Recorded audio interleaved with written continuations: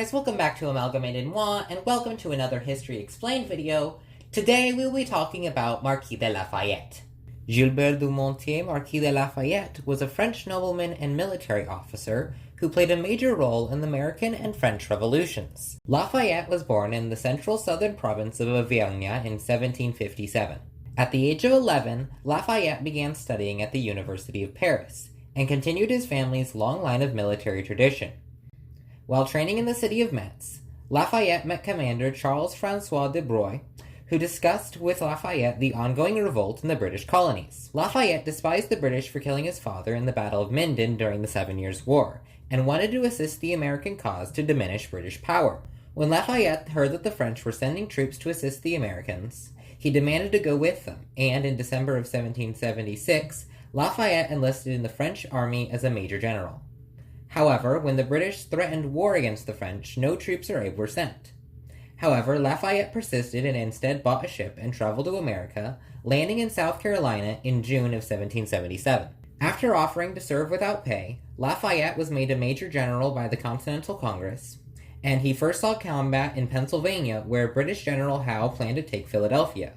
As Hessian and British troops swarmed, Lafayette was shot in the leg and ordered a full pullback. He returned to military service after recovering and was sent by Horatio Gates to Albany to launch an invasion of Quebec. However, when Lafayette arrived, there were not enough men to launch an invasion. So, Lafayette returned to Valley Forge, where he criticized Horatio Gates' decision to attempt an invasion on Quebec, causing Gates to reside from the Board of War. After several campaigns in New Jersey and Rhode Island, Lafayette returned to France, and, with the help of Benjamin Franklin, he was able to secure 6,000 French troops under the command of Jean-Baptiste de Rochambeau to fight for the American cause. When Lafayette returned to America with the French military, he met up with Baron von Steuben in Yorktown, Virginia. And soon, Washington and Hamilton's forces arrived along with a French fleet, leading to British General Cornwallis's defeat at Yorktown, and the British surrender in 1781. After the war, Lafayette returned to Europe as advisor to the American ambassadors, where he assisted in the negotiations for the Treaty of Paris, officially ending the American Revolutionary War. Lafayette also worked with Thomas Jefferson to establish trade between France and America, along with reducing the debt America owed to France. In 1789, Lafayette became commander-in-chief of the Parisian Royal Guard, and was present during the Women's March on Versailles, one of the earliest events in the French Revolution. As leader of the Royal Guard, Lafayette had the responsibility of keeping the peace and preventing the growing power of the radicals from destroying France. When Lafayette returned to Paris with King Louis and Marie Antoinette, he was called a traitor by Maximilien Robespierre, and was included in the list of people to be beheaded with the king and queen. These accusations of being a royalist and the events of the Champ de Mars massacre left Lafayette's reputation tarnished. Lafayette returned to his home in Auvergne. However, 6 months later, France declared war on Austria, and he was called upon to lead the invasion of the Austrian Netherlands. Radicals in the army called for Lafayette to step down, and argued that the Austrians would destroy Paris under the French monarchy's rule, leading to the arrest and beheading of King Louis and Marie Antoinette, and the signing of an arrest warrant for Lafayette. Hoping to escape to America, Lafayette fled to the Austrian Netherlands, where he was captured and imprisoned.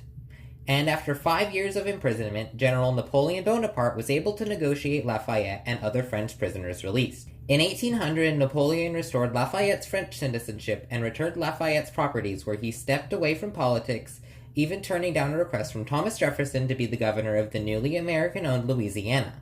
And it was not until the Battle of Waterloo that Lafayette returned to politics, calling for Napoleon to abdicate, and arguing for his removal to America. However, the British stepped in and exiled him to St. Helena. During the Bourbon Restoration, Lafayette supported Republican revolutionaries and governments, and was a member of the Chamber of Deputies until 1823. When Charles X ascended the French throne, he intended to restore absolute monarchy, which Lafayette strongly opposed. In 1827, Lafayette rejoined the Chamber of Deputies. However, Charles was unhappy with the results of the election and called for a revote, in which Lafayette won a second time.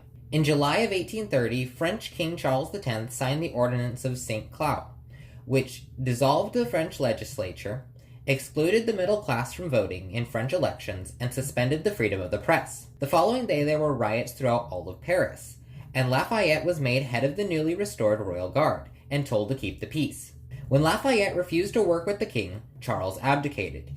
And in fear of a repeat of the events of the French Revolution if a Republican government came into power, Lafayette arranged for Louis-Philippe, the Duke of Orleans, to become the next French king.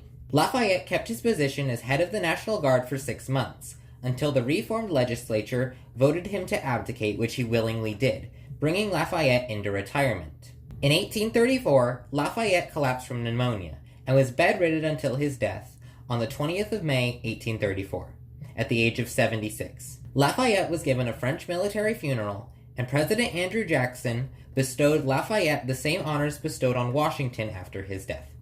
Anyway, that'll be all for today. I hope you guys enjoyed this video. If you did, make sure to hit the like and subscribe buttons down below and ring the bell for notifications on any new videos I release.